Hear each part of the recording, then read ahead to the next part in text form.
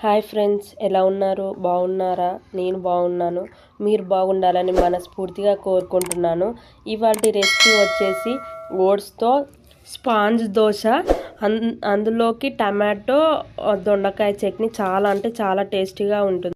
ఇంకెందుకు లేటు రెసిపీలోకి వెళ్ళిపోదాం. ముందుగా అయితే మిక్సింగ్ బౌల్ తీసుకొని ఈ కప్పుతో నేను రెండు కప్పుల ఓట్స్ తీసుకొని 1 కప్పు పెరుగు 2 కప్స్ వాటర్ వేసుకొని ఒక అర్ధగంట సేపు నానపెట్టుకున్నాను. అర్ధగంట తర్వాత చూస్తే ఇలా ఉంటుంది ఓట్స్ అనేది. నేను నార్మల్ ఓట్స్ తీసుకున్నాను, మీరు ఏ ఓట్స్ అయినా తీసుకోవచ్చు. అలాగే పెరుగు కూడా పుల్లగా ఉండేది తీసుకోండి కాస్త, అలాగైతేనే టేస్ట్ బాగుంటుంది. ఈ ఓట్స్ హెల్త్కి చాలా మంచిది, ఖచ్చితంగా తీసుకోండి అప్పుడప్పుడు. ఒక మిక్సింగ్ బౌల్ తీసుకొని ఇందాక మనం నానపెట్టుకున్న ఓట్స్ అందులోకి వేసుకోవాలి.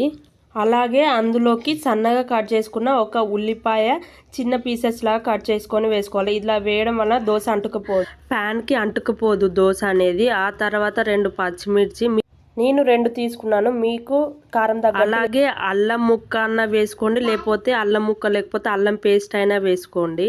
ఆ తర్వాత గోధుమ పిండి 1 కప్పు వేసుకోవాలి. ఆ తర్వాత 1 కప్పు వరకు వాటర్ వేసుకొని ఒకసారి మంచిగా కలుపుకోవాలి.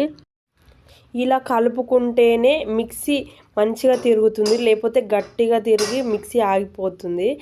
అట్లా కొన్ని వాటర్ పోసుకొని మంచిగా మనకి కన్సిస్టెన్సీ వచ్చే వరకు కలుపుకొని మిక్సీ పట్టుకోవాలి. మిక్సీ బ్యాటర్ ఇలా ఉండాలి. మంచిగా మీకు వీలైనంత పేస్ట్ లాగా పట్టుకోండి. చాలా అంటే చాలా మెత్తగా ఉండాలి. వీడియోలో చూపిస్తున్నట్టు ఉండాలి దోశ బ్యాటర్. అది మొత్తం కలిపి ఒక మిక్సింగ్ బౌల్లోకి తీసుకొని ఒక 15 నుంచి 20 నిమిషాల్లోపు పక్కకు పెట్టుకోండి. ఆలోపు దోశలోకి చట్నీ ప్రిపేర్ చేసుకుందాం. స్టవ్ మీద ప్యాన్ పెట్టుకొని ప్యాన్ వేడి 1 స్పూన్ పల్లీలు, 1/2 స్పూన్ నువ్వులు వేసుకొని ఒక 2 నిమిషాలు ఫ్రై చేశాక అలాగే 1/2 స్పూన్ ధనియాలు వేసుకోవాలి. ఈ ధనియాలు వేసుకోవడం వలన మంచి టేస్ట్ ఉంటుంది చట్నీకి. అలా మంచిగా ఫ్రై చేసుకొని ఒక బౌల్లోకి తీసుకోండి. అలాగే అదే ప్యాన్లో ఒక 2 నుంచి 3 టేబుల్ స్పూన్ వరకు ఆయిల్ వేసుకోండి. ఈ పచ్చళ్ళకి కాస్త తక్కువనే పడుతుంది ఆయిల్. ఆ తర్వాత 15 నుంచి 20 పచ్చిమిర్చి ఇలా మధ్యలో కట్ చేసుకొని వేసుకోవాలి. మీకు కారం తగినంత వేసుకోండి.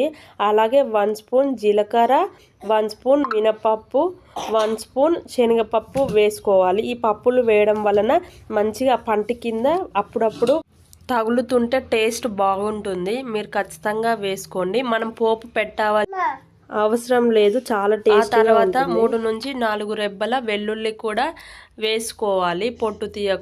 పొట్టు తీసైనా వేసుకోండి, తీయకుండానైనా వేసుకోవచ్చు. నేనైతే తీసుకున్నాను. అలాగే 2 రెబ్బల కరివేపాకు వేసుకోవాలి. వేసుకున్నాక కూడా ఒక 2-3 నిమిషాలు మంచిగా ఫ్రై చేసుకోవాలి, కరివేపాకు క్రిస్పీ అయ్యే వరకు.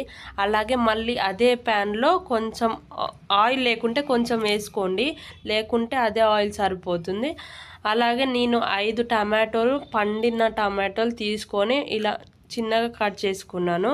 అలాగే 1/2 కేజీ దొండకాయలు కూడా ఇలా రింగుల్లా కట్ చేసుకొని వేసుకున్నాను. మీరు దొండకాయలు ఎలాగైనా కట్ చేసుకోవచ్చు. ఇలా కట్ చేసుకుంటే దొండకాయలు అనేవి తొందరగా మగ్గుతాయి. అలాగే 1 స్పూన్ పసుపు వేసుకొని మంచిగా కలుపుకొని ఒక 5 నిమిషాల వరకు పైన లిడ్ పెట్టుకొని ఉంచాలి. మళ్ళీ ఒకసారి లిడ్ తీసి చూద్దాం.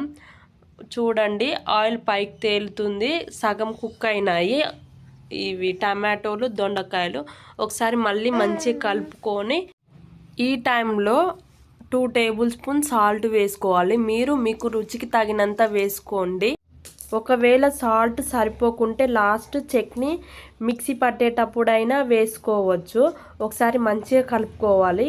ఇలా పండిన టమాటోలు తీసుకుంటే టమాటోలు అనేటివి తొందరగా మగ్గుతాయి, టేస్ట్ కూడా బాగుంటుంది. అలాగే కలర్ కూడా చాలా బాగుంటుంది, రెడ్ కలర్లో. ఒకసారి కలుపుకొని మూత పెట్టుకోవాలి. ఒక 10 నిమిషాల వరకు మీడియం ఫ్లేమ్లో ఫ్రై చేసుకోవాలి. అలాగే నేను అవి ఫ్రై అయ్యేలోపు దోశలు వేసుకుంటా. అది ఇంకో స్టవ్ మీదకి మార్చేసాను. ముందుగా అయితే ప్యాన్ పెట్టుకొని అది వేడయ్యేలోపు ఈ దోశ బ్యాటర్లోకి యాడ్ చేసుకునేటివి యాడ్ చేసుకుందాం. చూడండి కన్సిస్టెన్సీ ఇలా ఉంది. నాకు ఇంకా కొన్ని వాటర్ పడతాయి. మొత్తానికైతే ఇలా ఉండాలి దోశ బ్యాటరు. ఆ తర్వాత మనకు రుచికి తగినంత సాల్ట్ వేసుకోవాలి. నేను 1½ స్పూన్ వేసుకున్నాను. చూసుకొని వేసుకోండి. అలాగే దొండకాయలలోకి వేసాము, మళ్ళీ ఇందులోకి కూడా వేసాము. కొంచెం చూసుకొని వేసుకోండి. ఒకసారి దొండకాయలు మంచిగా కలుపుతున్నాను. ఇక్కడ చూసుకుంటూ అక్కడ చేస్తున్నాను కదా, అందుకే ఒకసారి మంచి కలుపుకొని మూత పెట్టుకోవాలి. ఈ ప్యాన్కి ఒకసారి కొంచెం నూనె వేసి ఇలా ఆనియన్ తోటి రుద్దాలి.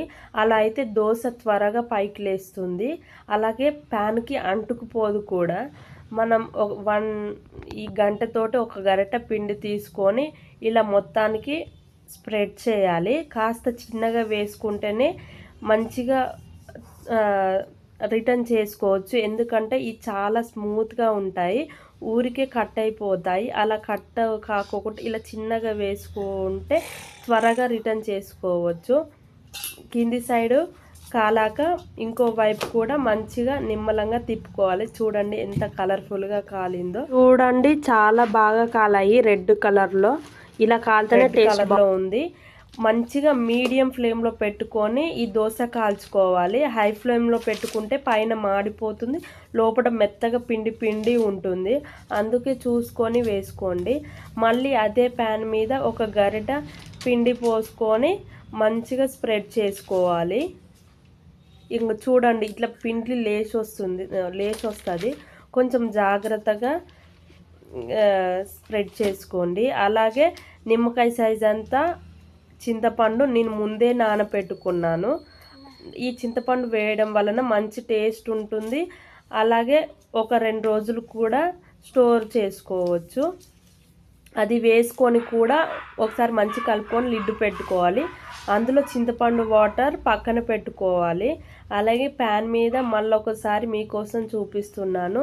మళ్ళీ అదే విధంగా ఒక గరిటె పిండి తీసుకొని మంచిగా స్ప్రెడ్ చేసుకోవాలి. అలాగే పైనుంచి ఆయిల్ ఖచ్చితంగా వేసుకోవాలండి. ఆయిల్ వేసుకుంటేనే దోశ అనేది లేచి వస్తుంది. మీరు ఆయిల్ అయినా వేసుకోవచ్చు, లేదంటే నెయ్యి కూడా వేసుకోవచ్చు.